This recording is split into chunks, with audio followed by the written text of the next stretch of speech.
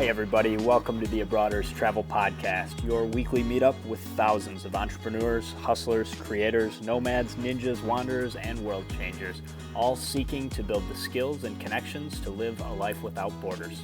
If you want to learn more about what we do or download our entire podcast archive, check out the website, abroaders.com. Hey folks, this episode is coming in hot from Ubud, Bali, Indonesia. Staying at a really cool place called Indicotri here. We'll talk about it a little bit later in the show. We'll also make sure to toss a link below on the website. So this is the first episode, and we're going to try to explain right now what kind of information we want to provide for all of you travelers out there. So Eric, give these folks a little bit of an idea of what Abroaders is all about. Yeah, so first of all, the idea behind Abroaders is that it's about travelers, not tourists. We want to help people connect and also understand what it's like to live someplace, to really experience being somewhere and not just see it at a superficial level. So we want to build a network of like-minded people and create a bunch of resources to help make that possible. So we're going to be rolling out some mobile and web applications and a library of tools and resources for travel on our website, be it city guides or just information that you need to get from point A to point B. And then later on this year, or sometime in 2014, we're going to be rolling out a social network just to help different people connect, find somebody who's already traveled or lived where you're going to be going, and get some awesome information that way. Yeah. Now I'm going to give you guys an idea about what we're going to talk about on the next 5 or 6 episodes of the podcast. One thing's going to be the party circuit. So we're talking about the major global events. Carnival in Rio de Janeiro, Oktoberfest in Munich, the Thailand full moon parties, Tomorrowland in Belgium, Running the Bulls in Pamplona, World Cup in Brazil. I know that we've neglected Australia and Africa there, so we'll have to do a little bit of homework on some worthwhile events. We'll definitely go there as well. We're also going to talk about product reviews. We're going to talk about products worth buying, things that we have personally used, whether it be outlet adapters, converters, bags, different carriers for cell phones in certain countries, just stuff that we know that we like and that is worth buying. Also, language is a huge part of our goal when we travel. So we're going to talk about 2 different approaches. The first is much more comprehensive. If you want to learn a language, especially big ones like Spanish, where there's lots of people around the world that speak it, you really want to be able to master communication. It can make a huge impact on the quality of your trip. So we're going to be doing interviews with people that have mastered, 5 or 6 or more languages, and really try and give you the tools to develop those skills so that you can communicate it at a higher level. The second part is kind of what AJ and I call language hacking, which is you're on the ground, you don't understand what other people are saying to you. And so this is like a trial by fire approach to language learning. And basically what we do is just put together a list of words and phrases that are really critical. So, thank you, please, help, how do I get here, how do I get there? There's lots of good reasons to just know the very basics. It can buy you a ton of goodwill. People who, if somebody's going to watch you struggle in their language, they're going to try and help. So it makes a huge impact to try and talk through those things. And, there's a lot of really great hacks that can help you get the very basics pretty quickly, even if you show up and get off the plane without knowing a word. Yeah, we're also going to share some information on communication nuances in different countries. An example would be we were, just in Thailand, and we were trying to get a taxi somewhere, and we had a map pulled up on our phone, and we showed the taxi driver the map. We said, hey, we're going to the red dot, and just it did not register. And then we found out like 2 days later, after banging our head against the wall the whole time, that they don't use maps. They just don't. You tell them like a crossroads, you tell them the neighborhood and a main address, and they will always find it. But if you show them a map or a phone, they'll just look at you like you're a complete moron. So stuff like that, we're going to try to provide for you as well. Travel hacking, Eric. Yeah, so AJ and I wouldn't be able to travel like this. The trip we're on wouldn't be possible without travel hacking. We've been doing it for about 5 years, so we've got a ton of experience. We're going to talk about this trip a little bit later in the show, so we'll kind of explain how this particular itinerary worked out. But in general, we're going to try and get you guys up to speed so that you can take advantage of the same things. And so each episode, there's going to be a tip of the week for travel hacking. So you can look forward to that at the end of the show here. Yeah. I think the thing I'm most excited about on this show is going to be the interviews. we're relatively interesting, but we know some extremely interesting people. So we're going to bring those people on the show and just let them entertain you. Some examples of that and some examples of interviews we'll have in the near future will be one of our friends that recently drove from London to Cape Town, South Africa. All sorts of crazy stuff happened on that trip. Driving through military blockades, getting their car robbed in Tunisia, embassies on fire. Really, really crazy stuff. Another one is a guy that rickshawed across the width of India. We've got a guy also that lives in Medellin, Colombia. He's launching a chocolate company. Really interesting to hear, an American story doing business in a developing country and just seeing all of the obstacles and opportunities there are. And then we've also got a guy that owns a safari company in Kenya, and that guy's got plenty of stories to share with us as well. Just all sorts of cool shit we're going to share. So another thing that's a big part of travel for most people is nightlife and dating. Going out, want to meet girls or guys abroad, it can really enhance your travel experience and also give you a huge boost if you're trying to learn the language. So we're going to talk a little bit about what it takes to date. There's tons of different cultural differences, what it takes to meet a girl, kiss a girl, take a girl home in Brazil is totally different than in Vietnam or in Czech Republic. So we're going to, be giving some information based on our experiences and interviewing other folks to really help you get a leg up with that part of travel. And then also obviously nightlife in general. The more you know about a place, the more you're going to have a good time. It's really hard to just show up and try and go out somewhere without knowing what to do or what's happening. So we're going to put together some city guides for you and just be talking about specific places so that you can maximize your time if you don't have a ton of time in a place. Yeah, the final thing we're going to focus on each week is going to be personalized help. So what you can do is you can go to our website. You can go to abroaders.com/AUA as in ask us anything, kind of like a Reddit AMA, ask me anything. So abroaders.com/AUA. And you can either send us a voice memo and you'll be on the we'll have you on the podcast and we'll have your question on the air and we'll answer it on the air. Or you can also submit a written message. This could be anything like, hey, I'm trying to fly from Boston to Sydney. What's the best way to travel hack a ticket there? Or, hey, I'm going to be in the Czech Republic. What's the SIM card situation like? How do I get a cell phone? Just stuff like that. Anything you want to know, we'll give you the best answer we can.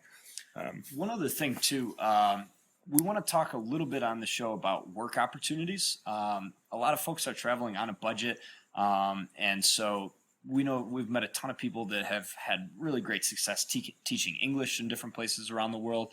There's also opportunities to work on farms or work at hostels, or possibly work for clients back home. AJ and I do some of that, so we're going to be showing you different ways that you can make money and sustain much longer travel that way. And then we're also just going to be here to advocate awesome. So we're going to be on the lookout for people that are doing great writing, great photography, or hustling to make money or to make a world a better place. We want to feature that stuff. And definitely if you know somebody that's noteworthy, get a hold of us through that contact page and we'll be featuring it on the show. Yeah. So as we said, we're in Bali, Indonesia right now. And our trip is Central Europe, hopping around Asia, pit stop in San Fran for a conference, and that's on our way home. Eric, give a little overview of the trip we're on right now. Yeah, so the main point of the trip was actually to attend a conference in Bangkok, which we just came from there. It was attended by more than 200 location-independent entrepreneurs, a lot of them in the web space like AJ and I, but just a really cool, unique group of people. And so when we decided that we wanted to go to this conference, we started taking a look at the options for getting there. And we were able to travel hack this flight for less than $200 a piece. So AJ and I spent like $400 to get a round the world flight. We ended up using United Miles, and United's got some really cool rules. We're going to get into more details about how this all works on future shows, and there's also a lot of resources on the website. But the basic points is that United lets you do a stopover and an open jaw on a round trip ticket. So as soon as we realized that it wasn't going to cost us a penny more, we decided that we were going to go early and do a stopover in Europe. So we made the stop in Munich, then took a train, did Prague and Berlin, and then from Munich we flew to Bangkok. That was the end of our first leg of the trip, and then the open jaw part let us fly home from Ho Chi Minh, Vietnam. So it gave us just a ton of flexibility. We were basically just had to connect the dots and get from Bangkok to Bali and then up to Hanoi. And then from there, we were able to complete the trip. So, basically next week, we're going to be flying to Hanoi, Vietnam. Going to do a 6-day motorcycle trip. And slight difference. Yeah, it's a little harder to do a full 6 months. But yeah, we're going to do that and then a couple of weeks in Ho Chi Minh City before flying back to the U.S. Yeah, so we kicked off our trip with a bang. It was a pretty good start. Met up with our Aussie friend Jake and his crew to do Oktoberfest. Did our best impression of an Aussie, aka drink as much as you can. Oktoberfest is definitely a party worth checking out. It's not just about drinking. There's all sorts of festivities, food, roller coasters, games everywhere. It's just a really cool vibe. You've got little kids, old people. It's just an awesome group of individuals there just having a really good time. After we celebrated Oktoberfest, we hopped on a train, went up to Prague, saw the city, got a little bit of work done because we've still got a business to run, hit some world-class nightlife up. There are amazing pubs, clubs, bars, everything in between. If you like to go out and have fun and meet people, there's definitely something to do in Prague. And it's also a beautiful city. I mean, there's amazing architecture. There's so many photo ops. There's a river running through the city. Just a very cool place. After Prague, we hopped on a train and we went up to Berlin. Eric, you got Berlin?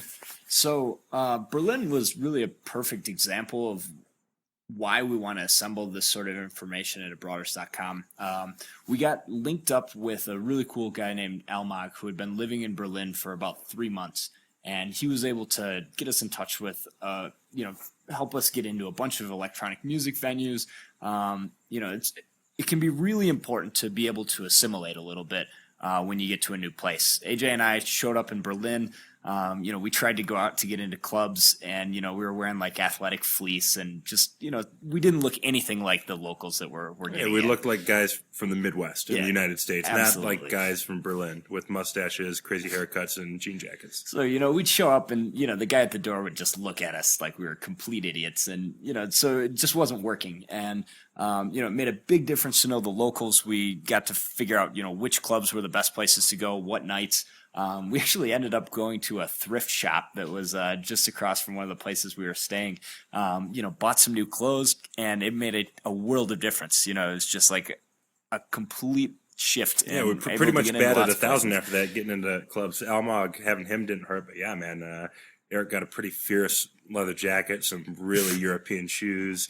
I got a denim jacket and some really bogus tight white pants, and grew out some facial hair. It just kind of worked. It wouldn't work in the U.S., but it definitely worked in Berlin. So the other thing, we got to stay in a bunch of different places. We stayed in 3 different locations around the city. 2 of them we found on Airbnb, and one of them was a really nice hostel. So another really cool reason to kind of check out your options for accommodation. Don't lock yourself down in one place. So after Berlin, rented a car, took the Autobahn back to Munich to catch our flight. Got some pretty good speed going there. That was a cool experience. And then we ended up in Bangkok. It was obviously the main point of the trip. And when we were planning it out, we decided to get there more than a week early, which turned out to be a great choice. Bangkok is a perfect example of the trial by fire language learning that we were talking about earlier. AJ and I didn't know a word of Thai when we got to Bangkok. It turned out to be really key to get the taxis to take us where we wanted. Went out, met some local girls. Bangkok's a great place to be single. It's also, really easy logistically because it's like $15 a night to have your own hotel room. Cost maybe $3 was the most we paid in cab fees. And one thing to mention, for us, meeting girls isn't just about trying to get laid or, there's tons of benefits. One of the girls I met took me out for like a whole afternoon, showed me this awesome temple, a bunch of really cool spots around Bangkok. So that's one of the things we want to try and help facilitate is, if you meet locals, they can show you the best places to go. And you could spend 3 months in a place and not see as much cool stuff as you can see in a couple of days if you meet the right people. Without a doubt. Conference went really well. And then we headed down to Bali with a couple other entrepreneurs. Man. So we kind of have, we kind of have the A team here. We've got 3 other people with Eric and I, all the guys from the conference that we met, entrepreneurs just doing really cool stuff. Actually, the guy that has a safari company I was telling you about, he's with us right now, Scott Brills. We also got Danny, who's the chocolate company guy. So guys we'll have on the show in the future. So we got to Bali, spent the first few nights on the beach in Seminyak, in a pretty cool hotel, hostel, B&B, kind of like a really unique place called The Island. Got some sun, hit the beach, kind of kept it low key. And then we decided to grab a van up to Ubud. This place, that's where we are right now. This place is incredible. It's got just super friendly people, amazing art everywhere. And when I say that, everywhere you go, there's just an artistic touch. I mean, the architecture in the buildings, paintings everywhere. It's a really beautiful place. Awesome dining scene. You've got all sorts of, if you're a health food person, they got it for you. If you're an organic person, if you're a vegan, they have everything. And if you like meat, they have that too. Just, they have something for everybody. $8 full body massages, the whole works. It's just really great. And so in a few nights, we're going to leave for Hanoi, Vietnam. And the plan is to hit the city in Hanoi for a night, kind of see what that's all about. And then we're going to go on a 7-day motorcycle trip. So we're going to motorbike through the mountains up north of Hanoi. The main city is going to be Sapa, and they're actually celebrating 110 years of tourism there. It's going to be a big celebration. The vice president is actually to come there and speak. So we're going to motorbike around northern Vietnam, see some beautiful landscape, meet some people, try to soak in the culture. We're going to actually stay in some homestays and kind of get a real taste of what it's like to live on the countryside here. And then after we do our motorbike trip, we are going to head to Saigon, meet up with some other folks from the conference, see the city, try to soak that up as well. And then we are off to San Francisco for a conference before we go home. All right, Eric, so we're kind of hopping around on this trip right now. We were Germany, Czech Republic, back to Germany, Thailand, Indo, Vietnam. So we're kind of moving fast, but we typically prefer slow travel, posting up in a place for 1, 2, 3+ months. Last year, you were in Rio de Janeiro for 6 months. What was that all about? Tell me about the experience. Yeah, so I mean, Rio's one of my favorite places in the entire world. It's got an awesome culture, great beaches. They love ice cold beer, live music, and beach. So not too much to complain about. But yeah, the difference is really huge. When obviously this kind of trip is great where you get to see a lot of places, but when you get to spend a significant amount of time someplace, make some local friends. Those folks can tell you what to do on the non-traditional party nights, where to go on Tuesday, Thursday, Sunday. I got invited to a family barbecue a couple of different times. So just got to hang out with a ton of locals, learned a bunch of Portuguese. One of my friend's dads knows the guy that does hang gliding lessons. He offered to give me a free hang gliding tour. Didn't actually get to capitalize on that, but gonna be there again this year for Carnival, so definitely will be hitting him up. But I mean, the main thing is that the relationships that you build don't just last for one trip. You get to make friends that you can visit or that can come visit you for the rest of your life. So I like to think of it as relationship equity. Like I said, I'm definitely going back for that hang gliding ride, and there's a ton of people I can't wait to check in on when we get to Rio this year in February. So. Yeah, man, I actually went down and visited Eric, spent a few weeks down there in Rio with him, and it was incredible to see just how plugged in he was, man. Typical vacation, a week or 2 weeks, you really don't meet people. Like you said, it's true, man. I was down there, got in on a Tuesday night, and he knows where we're going. The next night, he knows where the music is. He's just got a really nice nucleus of people in the city that just know where to go every single night. And another really nice thing about that, when you do slow travel, you happen to not only meet locals, but meet other travelers passing through. And it would have been 2 years ago, we were in Rio de Janeiro for Carnival. We met this crazy Australian guy named Jake, who we actually did Oktoberfest with. And we had a really good time, just hitting the city, seeing the celebration. And when Carnival was done, we were like, man, this was a lot of fun. We should do this again. And then, 2 years down the road, we rang him, said, hey, man, what do you think about Oktoberfest? He said, hey, I'm in London right now. Let's do it. And that's the guy we spent Oktoberfest with. It's one thing you can count on with the Australians is, if there's a big party happening someplace else in the world, there's not going to be anybody left in Australia. So yeah, they come in full force. And another really cool example is that same year in Carnival, we met this Argentine guy named Facu. And we kind of stayed in touch via Facebook and Skype. And then we said, hey, man, you got to do Carnival again? He's like, I think so. And we said, man, do it. Let's do it. We're going. World-class rat tail. Yeah, the guy's got like a 3-foot-long rat tail, mind you. And so we said, Faku, let's just do it, man. So we met up in Carnival again. So we did 2 carnivals in a row. And this coming February, we're going to do our 3rd carnival. Just really awesome. Just these are people you met just out drinking for a couple of days, hanging out, sharing some food with, and then next thing you know, they're lifelong friends. All right, so let's get down to a little bit of business about how you can make this happen. Like I said before on the podcast, we wouldn't be able to make these kinds of trips happen without travel hacking. So we're paying pennies on the dollar for international airfare, and we want to help you become a world-class travel hacker as well. It's really not hard to do. You just got to take it step by step. We've been at it for about 5 years. So the travel hacking tip for today is that the first thing that you need to do is get a handle on your credit score and your report before you get started. There's a free site called creditkarma.com that gives you your full report, access to all kinds of information that the banks are going to see when you apply for a credit card.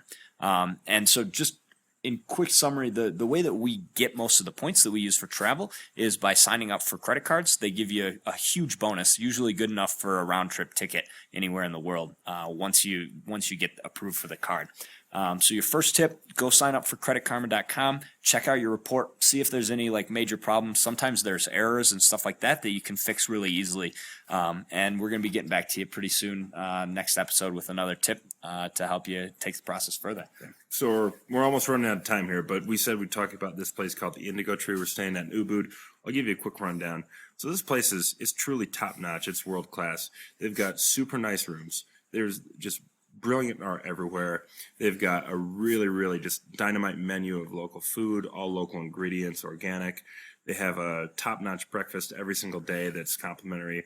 We're paying like $40 a night for a room, and this is a place that could get away with charging $150, $200 a night easily. They've got full-time masseuses there. They've got a really nice pool, just a beautiful place. Check out the link on the website. If you're ever in Bali, definitely a place worth checking out, a place I will definitely be back to. So that's pretty much it for the show.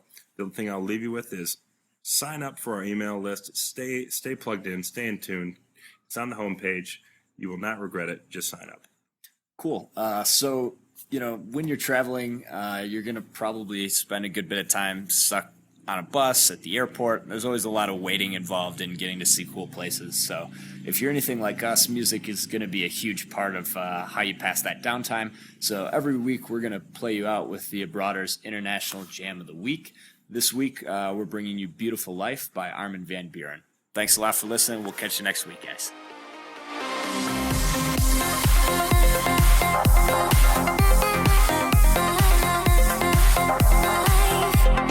Hey, Brothers, don't be shy. The best part of our day is connecting with you. Send your show feedback, comments, or questions to Eric or AJ at abroaders.com.